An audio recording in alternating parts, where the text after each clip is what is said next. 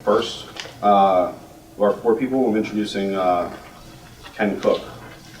He holds a master's degree in soil science from the University of Missouri, Columbia, and as president and co-founder of Environmental Working Group, is recognized as one of the environmental community's most influential critics of industrial agriculture. Ken Cook.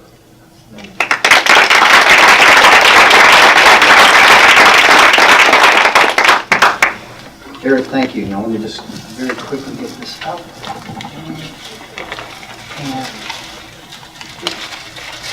Thank you. Those were beautiful remarks, and thank you for your industry and your spirit. It's hard to believe that you've been at it for 15 years, but and it will be easy for everyone to believe that I have. But thank you very much. And Michelle, so great to hang out with you, and Teaism is a work of art, as you know, and so is this, so thank you for that.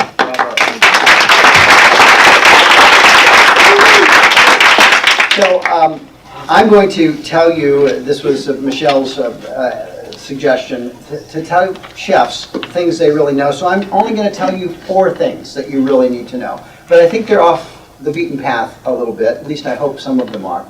And I'm going to try and synthesize them at the end with a message that's specific to this town. But there are 4 things I think you should know. The first one is that when I was coming up in the ranks as a lobbyist in the 70s and 80s, I didn't start earlier than that, 70s and 80s and 90s, environmental laws were being passed at a very rapid clip. There were some years in the 70s and 80s when I would run into colleagues on the floor of outside the floor of the House or Senate, or in an office room or a court or someplace, and we were all working on an environmental law that was going to pass that year, a different environmental law that was going to pass that year. Some years 1 or 2 or 3 or 4 laws would be passed, or a law would be reauthorized that had been originally passed not long before. An incredibly productive period. So the first thing I want you to remember or think about is that there has been no federal environmental protection law passed in 18 years. No law specifically designed to protect the environment under the jurisdiction of the Environmental Protection Agency in what's approaching a generation. So Congress is badly broken. We know that in many realms, and we know that it's been the case for a long time. But this environmental movement that came on with such gangbusters for so long and passed so many environmental laws and eventually began spawning regulations from those laws, awakened the immune system of the regulated industries. And they started fighting back, as a generation before they had awakened and started fighting back against labor and civil rights and so forth. So we're now in a period in the environmental community when we are looking for how to make things happen, how to make progress in the context of knowing that we have to do it under the laws we currently have, because this Congress is not going to pass any new ones that we like. And the next one coming in, we might like whatever they might manage to pass even less and ask a president to veto it. But that's the state of play that we're in right now. No new federal environmental laws in 18 years. And why would we be concerned about that? Well, here's one reason why we might be concerned. We did an experiment a few years ago where we took on one day of collection 10 samples of human blood, and we sent it to a laboratory and looked for 413 different toxic chemicals in just those 10 samples of blood. Okay? And we found a total across just those 10 people, those 10 samples, 287 different toxic chemicals, pesticides, industrial solvents, pollutants that came out of smokestacks and the tailpipes of automobiles, on and on and on. Just a witch's brew of toxic industrial chemicals, pesticides, and consumer product ingredients. And if it weren't enough that we found that in those 10 people, when we took the samples, all the 10 people looked, or shortly thereafter, all 10 of them looked like this. These were umbilical cord blood samples.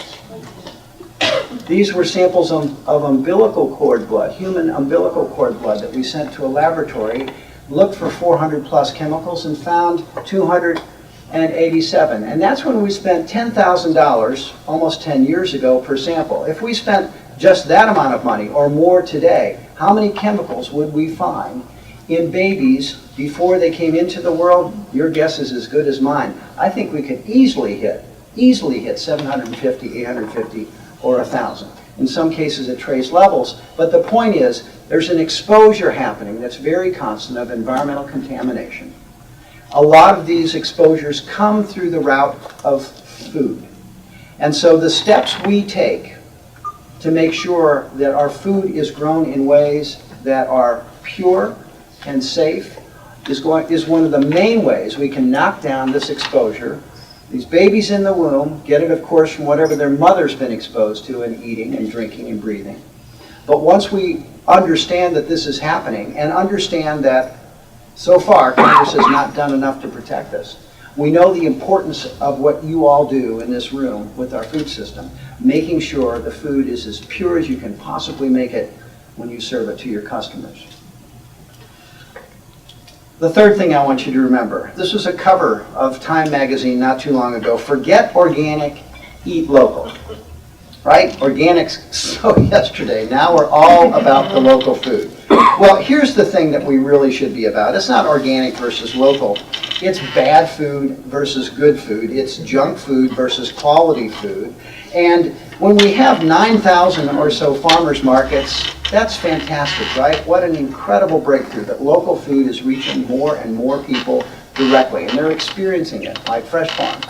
Incredible, incredible organization, incredible work all over this city. That's huge.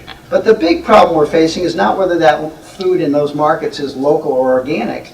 What we're up against is 300,000 fast food joints around the country. That's the enemy. It's not pitting organic versus local. Those come together.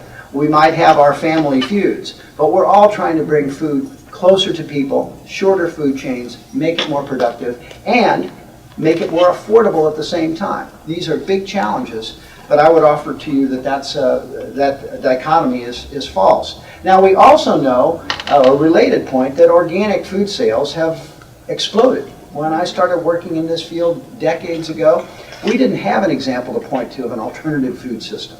We had a dream, we talked about organic. At that time, organic was way, way down there. You know, probably less than $4 billion when I started in the early 1990s. Now it's above $35 billion. A lot of this is food that's in the middle of the grocery store. A lot of these are packaged brands. There's no question about that. But as our food database that's going to be launched by Environmental Working Group a week from today will show you, the organic foods that are in the grocery store aisles are much better for your health, generally speaking, than their conventional counterparts. Tremendous progress, even in the packaged part of the store. We're trying to move this American food system in the direction that's better and better by step by step by step all the time. But this is usually the takeaway for people. So, $35 billion industry, everybody knows organic. It's culturally salient right now. Everyone understands that organic is kind of the gold standard that we want to go to. Local's right up there with it, fresh and direct. So we use about 843 million acres in this country to raise crops and livestock. A big part of that is corn and soybeans and industrial crops that mostly get used for processed food or animal feed, or in the case of corn and some soybeans, they get put into our automobiles. So that's a big number. What is the portion of that that's organic? Can you see that line? Okay? After all these years and all this progress in the marketplace and the culture, we still have less than 1% of our farmland certified organic, 5.4 million acres. We have a long, long way to go before organic has an impact on the agricultural landscape and an impact on public health by virtue of going to greater scale. And we need greater scale. We need organic to grow. We need to deal with the problems in conventional agriculture, go after antibiotics even though we don't always get to organic, deal with pesticides even though we may not always get to organic. But as we do that, at that end, reforming conventional agriculture and industrial agriculture, we also want to grow organic because that is a future for so many growers and so much of our food system. And this is the final point I want to tell you about, specific to this town, which is finally, 2 years ago, the food movement banded together and formed an organization that could hold Congress accountable for its votes on food. This is an effort called Food Policy Action. I'm proud to chair the organization. Leaders coming together who decided that we all had the same problem. It wasn't that we didn't have the facts. It wasn't that we didn't have the evidence. It wasn't that we didn't have the best ideas. We had great stuff. The content was there. The passion was there. What wasn't there? The politics. The politics. I mean, food is hot, but hunger is not. And how do you bridge the hotness around food, the interest, the excitement around food, with things as simple as kids going to bed hungry or going to school hungry every day in this country? 40+ million kids, 40+ million Americans in the food stamp program, and half of them are little kids, brutally means tested. They don't have enough to eat. School lunch programs that aren't adequately funded. Food inspection programs, the federal food inspection programs that let bad food through the gaps, and the gaps are many. Inhumane treatment of farm animals, farming systems that degrade the environment instead of building it up and making it better. On and on. Workers in the food system who aren't paid a fair living and dignified wage. Organizations like the Humane Society of the United States, Stonyfield, Bread for the World, Oxfam, the National Black Farmers Association, the United Food and Commercial Workers, all banded together. And we established food policy actions so that we could publish an annual scorecard of how Congress votes on food. It's like the League of Conservation Voters, but for food. And we just issued our third scorecard last week. We're going out and ahead of the election telling people that there's a way they can take a quick look, faster than carryout, faster than drive-through. They can find out how their member of Congress votes and performs on food from the public interest standpoint. So I commend this Food Policy Action Scorecard to you. We're even now taking aim at a few members of the House and Senate who have especially bad records on food. Can you imagine someone would vote to cut the food stamp program in a way that might eliminate 170,000 veterans from eligibility, and at the same time fund generously farm subsidy programs that mostly give most of the money to the wealthiest, well-heeled farm operations out there? Voted against putting a little more money in the food inspection program so that we might have a slightly better chance of not getting unsafe food. Again and again and again, there are members of Congress who vote wrong every single time. You need to know who they are in this town, especially if you're serving them dessert. Thanks.